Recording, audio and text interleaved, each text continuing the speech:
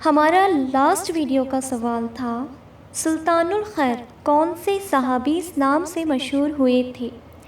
آپ کے آپشن تھے اے حضرت سلمان فارسی، بی حضرت علی، سی حضرت ابو ہریرہ، ڈی حضرت سعد بن ابی وقاص۔ اور صحیح جواب ہے اے حضرت سلمان فارسی رضی اللہ عنہ، جو کہ سلطان الخیر سے مشہور ہوئے تھے۔ صحیح جواب دینے والے ہیں، فرسٹ ہے ساحل خان، سیکنڈ ہے ناہیدہ سمت، تھرڈ ہے نکھت نوری۔ جزاک اللہ خیر۔ ہمارا آج کا سوال ہے ترجمان القرآن کس صحابی کو کہا جاتا ہے؟ آپ کے آپشن ہیں اے حضرت ابو ہریرہ رضی اللہ عنہ کو، بی حضرت عبداللہ بن عباس رضی اللہ عنہ کو، سی حضرت ابو بکر صدیق رضی اللہ عنہ کو، ڈی حضرت عمر فاروق رضی اللہ عنہ کو۔ کمنٹس کر کے ہمیں صحیح جواب ضرور بتائیں۔ سوال، قرآن مجید کے مطابق سب سے بڑا ظلم کیا ہے؟ جواب، شرک۔ سورہ لقمان آیت نمبر 13۔ لقمان علیہ السلام نے اپنے بیٹے کو نصیحت کرتے ہوئے کہا کہ بیٹا، اللہ کے ساتھ کسی کو شریک نہ کرنا، شرک تو بڑا ظلم عظیم ہے۔ سوال، سنت رسول صلی اللہ علیہ وسلم سے کیا مراد ہے، یعنی کیا مطلب ہے؟ جواب، آپ صلی اللہ علیہ وسلم کا طریقہ۔ اللہ کے رسول صلی اللہ علیہ وسلم کے قول یعنی کہا ہوا، فعل یعنی کیا ہوا، یا تقریر یعنی جس عمل کو آپ صلی اللہ علیہ وسلم نے صحابہ کو کرتے دیکھا ہو اور خاموش رہے ہو، اس کو سنت کہتے ہیں۔ سوال، اللہ کے رسول صلی اللہ علیہ وسلم نے اپنی ابتدا کرنے کے بارے میں کیا حکم دیا؟ جواب، مضبوطی سے پکڑنے کا۔ ابو داؤد سے روایت ہے اور ابن ماجہ سے روایت ہے، میں نے تم میں دو چیزیں چھوڑی ہیں، جب تک تم ان کو مضبوطی سے پکڑے رہو گے تو ہرگز گمراہ نہیں ہوگے۔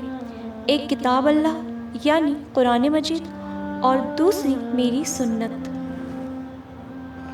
سوال، اللہ کے رسول صلی اللہ علیہ وسلم نے جنتی فرقے کی کیا پہچان بتائی؟ جواب، جو اللہ کے رسول اور صحابہ کے راستے پر چلے۔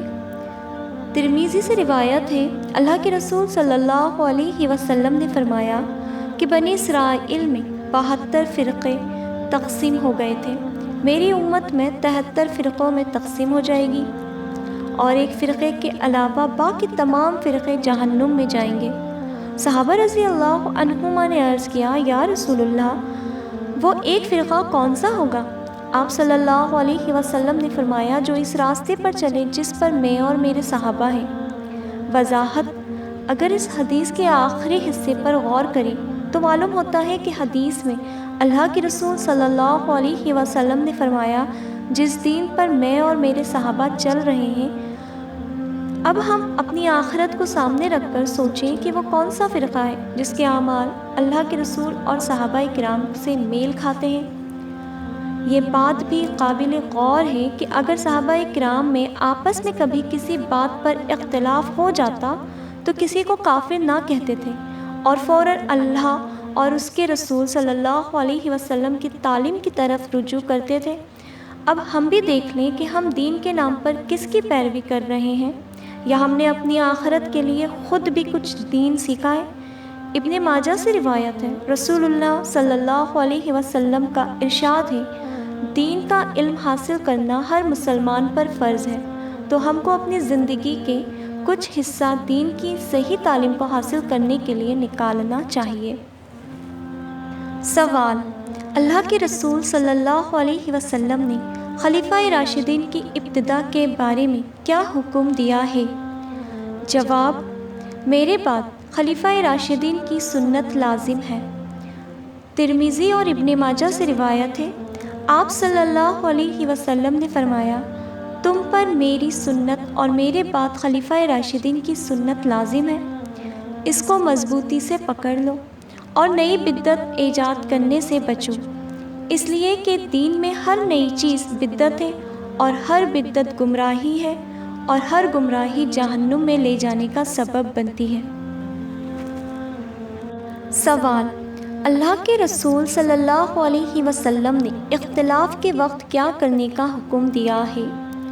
جواب: اللہ سے ڈرنے اور امیر کی بات سننے کا۔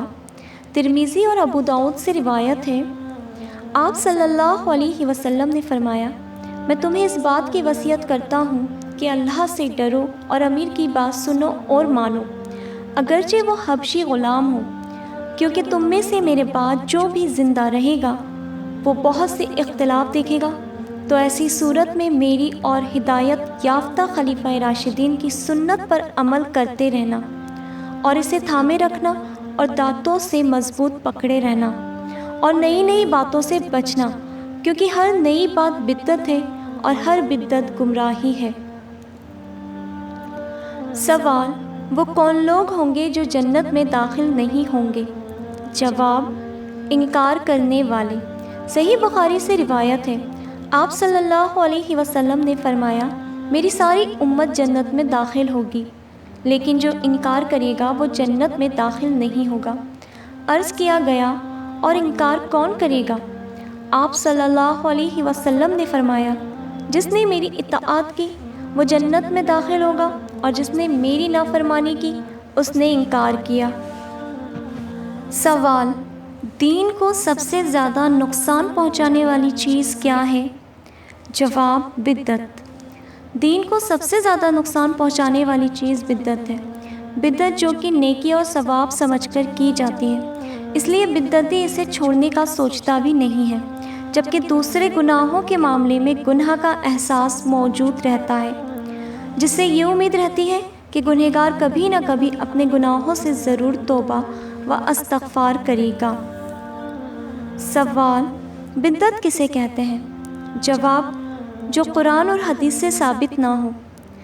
ہر وہ عمل بدعت کہلائے گا جو ثواب اور نیکی سمجھ کر کیا جائے گا، لیکن شریعت، دین، قرآن و حدیث میں اس کی کوئی بنیاد یا ثبوت نہ ہو، یعنی نہ تو رسول اللہ صلی اللہ علیہ وسلم نے خود وہ عمل کیا ہو، نہ کسی کو اس کا حکم دیا ہو اور نہ ہی کسی کو اس کی اجازت دی ہو، ایسے عمل اللہ کے یہاں مردود اور ناقابل قبول ہے۔ سوال: اسلام میں سوگ، موت کے غم کی مدت کتنی ہے؟ جواب: 3 دن۔ سنن نسائی سے روایت ہے، حدیث نمبر 3533، حضرت زینب بن حجاج رضی اللہ عنہا کے بھائی کا انتقال ہو گیا۔ 3 دن کے بعد انہوں نے خوشبو منگوائی اور اس کو لگایا، پھر کہا، مجھے خوشبو کی ضرورت نہیں تھی، مگر میں نے رسول اللہ صلی اللہ علیہ وسلم سے سنا ہے کہ جو عورت اور مرد اللہ اور قیامت پر ایمان رکھتا ہو، اس کے لیے حلال نہیں کہ 3 دن سے زیادہ کسی میت پر سوگ کرے، سوائے شوہر کے جس کا سوگ 4 ماہ 10 دن ہے۔